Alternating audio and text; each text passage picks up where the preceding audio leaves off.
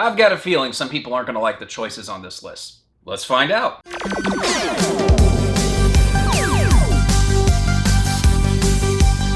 Hey everyone, this is the Movie Maniac, and today we're going to go over the top 10 best sci-fi horror films of the 90s. And this list is special to me because this is actually one of my favorite subgenres, and the 90s is a little tricky because back in the 80s there were so many of these films, but when you get into the 90s it kind of shifts a little bit, right?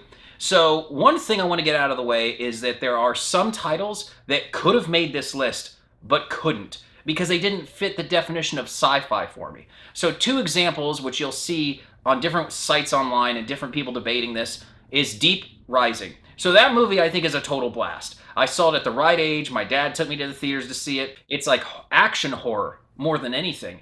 And there's another one too, which is one of my all-time favorite films, and that's going to be Tremors. Again, I see that as a creature feature. I see that as horror comedy because of all the humor with the characters. You typically find a lot of video stores in the 90s actually calling it horror comedy. It's not going to be like Ghostbusters or anything, but I can see that. If those two movies did qualify, they would be on this list. So there's certain movies like that that just I didn't meet the criteria for me personally. You guys are free to disagree, but for me in this list, they just couldn't make it. But listen guys, we got 10 movies here that I narrowed down, and it wasn't easy. There's one in particular, when we get to it, I'm gonna let you know which one it is, that was tough. It was a tough decision because there were a couple other movies battling it out for that spot. But let's go ahead and kick this off. I'm gonna be brief and we're gonna go in alphabetical order. First up is gonna be Alien 3. I actually own 3 different copies of this movie. This one, the VHS that came with the trilogy box set, you might be able to see it up there, and then the Blu-ray.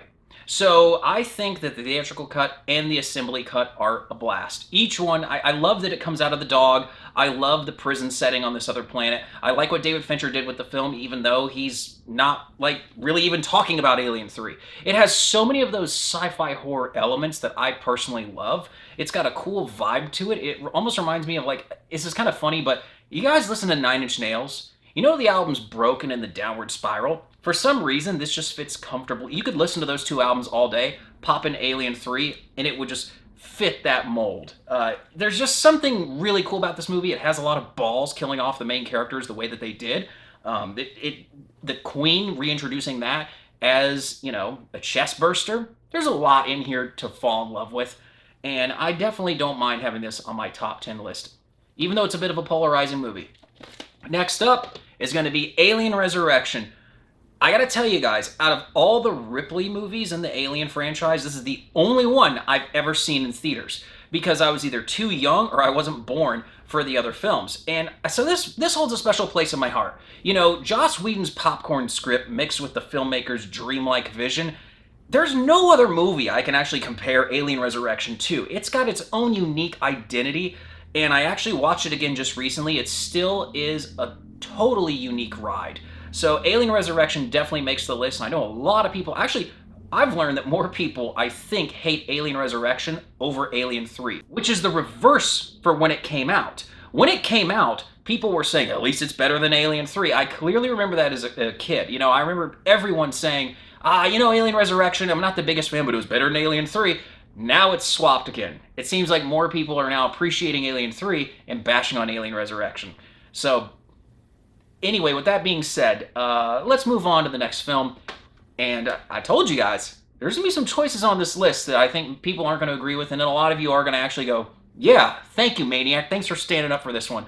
Well, you can thank me later, because the next is Congo. So this is a fun sci-fi horror movie to me. This was in that phase when Jurassic Park just changed the world. So studios were looking to greenlight anything that could possibly recapture that. And this was based on a Michael Crichton novel. It takes place in the jungle. It doesn't have dinosaurs. It's got mutated apes. And I like the sci-fi elements to it. Amy's basically using the power glove to communicate. So then there's all these things that the tech company is using. Like they go after that diamond that gets in the gun that shoots like lasers, and they can slice these mutated apes in half. I like that. There's a lot of B-movie qualities to Congo, but it was treated as like a, big monster hit. That was what it was supposed to be. You had the toy line, you had the tie-in with Taco Bell. There's a lot of cool stuff about Congo. It's actually one of the goriest PG-13 movies I can think of. It really pushed the envelope in terms of its violence. It's got a Bruce Campbell cameo in it. So yeah, Congo. I'm okay with that being on the list. I don't know about you guys. So moving right along, this next one, man, we're jumping in quality here. We went from Congo to Cube. Cube is a terrific film. It's operating with intelligence. It's extremely original, in my opinion. You know, this was actually a trilogy. After you had Cube 2, Hypercube, and Cube Zero. I still don't have these movies on Blu-ray because I can't find them. I don't think they exist. So whoever's in charge of that needs to fix it ASAP. There's no excuse. We need these movies on Blu-ray. Here's one of those movies, right, where if you have a friend who likes this kind of stuff, and you just tell them, hey, we got the sci-fi horror movies about a bunch of people trapped in this cube. They go from room to room trying to solve these puzzles and make it out alive. You want to watch it? Just give them that. They'll probably think it's like a Saw movie or something, and they'll be in for what will probably make their top 200 best films of all time list. I mean, that's the level of quality that we're talking about with Cube. I bet many of you watching this video are like, all right, he finally got to something good when I brought this movie up, because it's operating on a different level. Cube is it's a little underrated in my opinion. I don't hear many circles of people bring Cube up all the time, and they should. It's a borderline classic. Maybe you could even call it a classic. I wouldn't argue that. So now we're going to switch it up again. Deep Blue Sea, the best post-Jaws shark movie, okay? This one, you know the formula, right? Throw these characters into the funhouse, all the creatures get out, characters got to go make their way through the funhouse while the creatures attack them.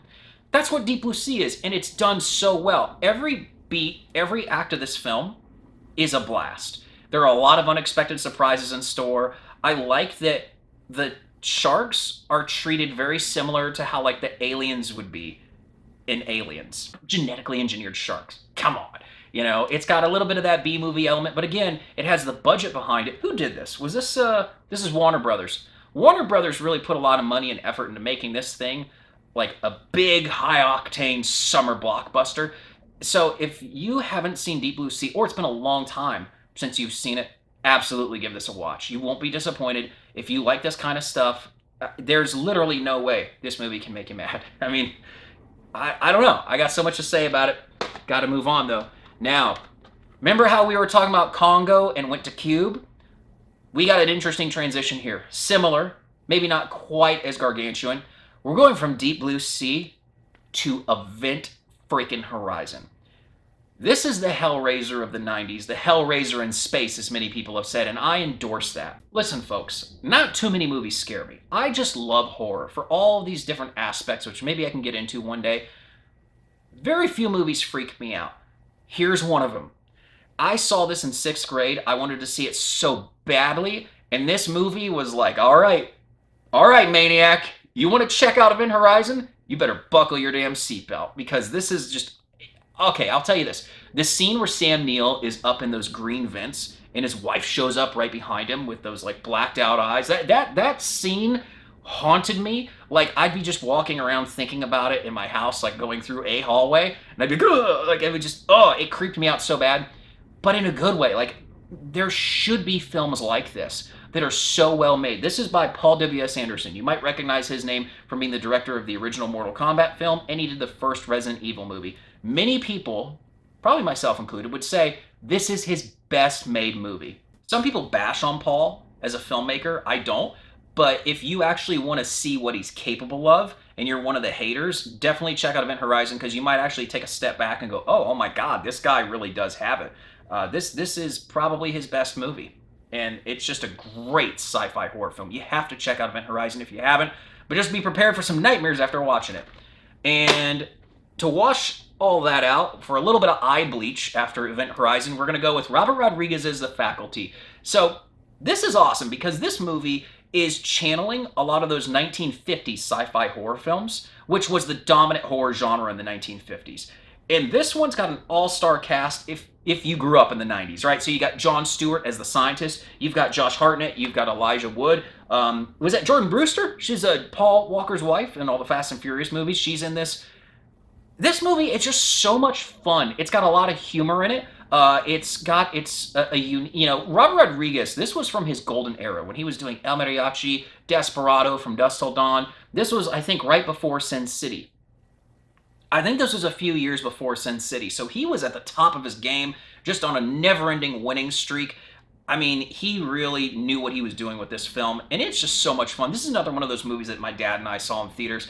So, you know, it's got. I remember this is so 90s that they were doing advertisements with Tommy Hilfiger, with the cast dressed up in their clothes. It was like a cross sponsorship or something.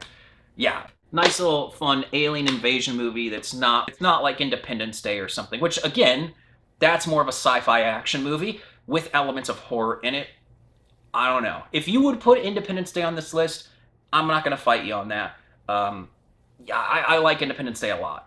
And again, that's one of those tough decisions you have to make when putting together something like this, because I'm pretty meticulous when it comes to these lists. But here's one I think that we can all agree on. Jurassic Park. In the original VHS I have from the faded squeeze box, and I'm not replacing the squeeze box. This is actually very clean, by the way. If I pop this out of here, you'd see that it's actually not faded underneath. It's just the squeeze box. It can happen to them after time, the discoloration. Yeah, this is the movie that changed everything for me. When I saw this in the theater, I immediately went home, wanted to become a paleontologist, realized that wasn't what I wanted to do. Then I realized I wanted to get into filmmaking, and shortly after, I recruited one of my friends, and we borrowed my mom's camera, and she actually held the camera, and I shot my first movie, and now, well, that was in elementary school. I literally have a bag this big of all these little small tapes. You remember that? You put the small tape in the big tape? They were just us shooting short movies. Thank you, Jurassic Park. This is just a great classic. It's, you know, it spawned so many movies and sequels to this day. It created a dinosaur phase, which, I mean, how could you be upset with a movie that creates a dinosaur phase in reality? I mean, honestly. Jurassic Park's amazing. I love the logo. I think everybody does. The special effects are way ahead of its time. It still holds up to this day. Great cast, great director. Steven Spielberg, one of the best directors of all time. You know, this is a great Universal movie. 2 hours and 7 minutes, back when that was a long running time. Now you see that and you go, oh, that's not too bad. Okay, remember I told you there was one movie on this list that was the hardest one to decide among all of the titles that we're dealing with here. Well, we've arrived, and that's going to be Screamers. Screamers is a sci-fi horror flick from the mid-90s based on a Philip K. Dick story. So you know you're working with some good material here. And it's got Peter Weller, RoboCop fame. He did RoboCop 1 and 2. He did Leviathan. If this list were set in the 80s, Leviathan would be on that list. And Screamers, this is a tough one, okay? Because we're talking about Jurassic Park. You could show that to a general audience and they'd love it. This one you couldn't. This is a very particular taste. You got to be really into the whole sci-fi horror genre to appreciate Screamers. Kind of like another movie that almost made this list called Death Machine. Death Machine, you know, I haven't seen that one in a while, and Death Machine needs a Blu-ray release. This apparently has a recent Blu-ray release from my my recollection, and apparently it's beautiful looking. So I need to upgrade this movie.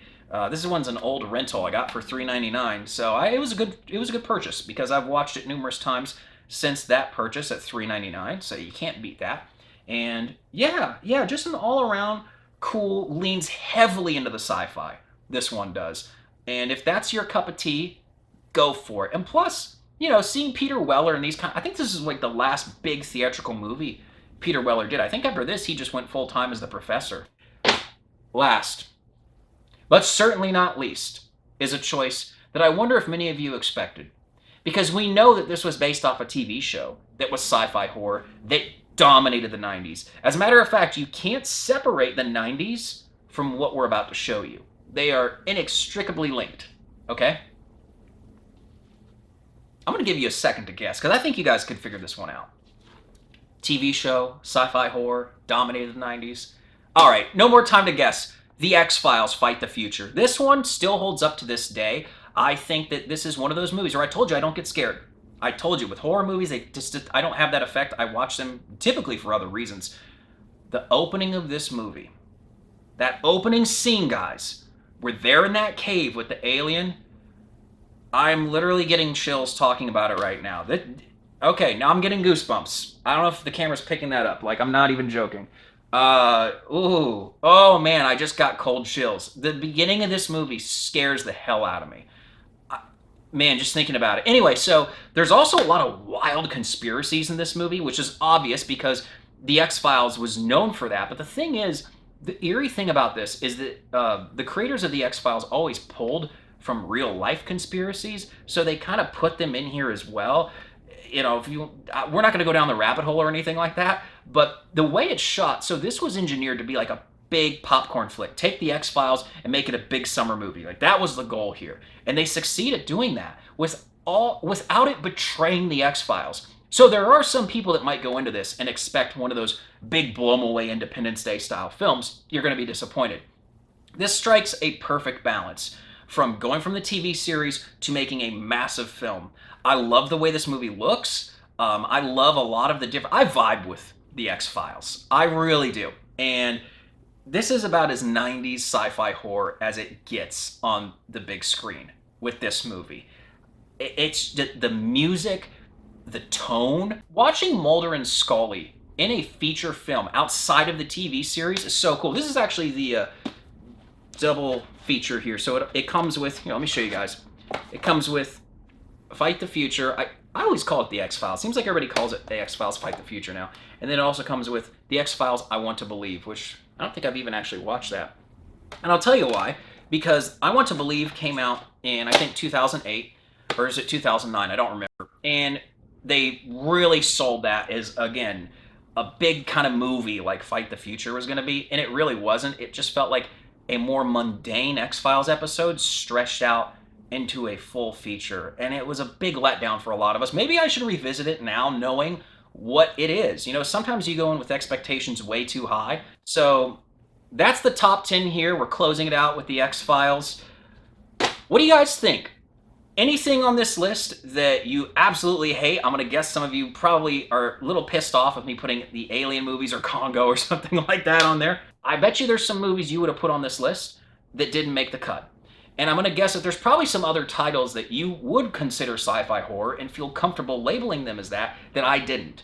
That I would have put on this list. Somebody mentioned Starship Troopers, and I'm like, man, that would have been right where Screamers was if I found enough horror. The intro scene, yeah, but then it really kind of turns into a sci-fi action flick. So if we're putting together a sci-fi action list, without question, Starship Troopers makes the list. All right, guys, so I thought this was a lot of fun. I actually have ideas for other lists in the future, not necessarily from the 90s, although I do have another 90s list I'd like to do at some point.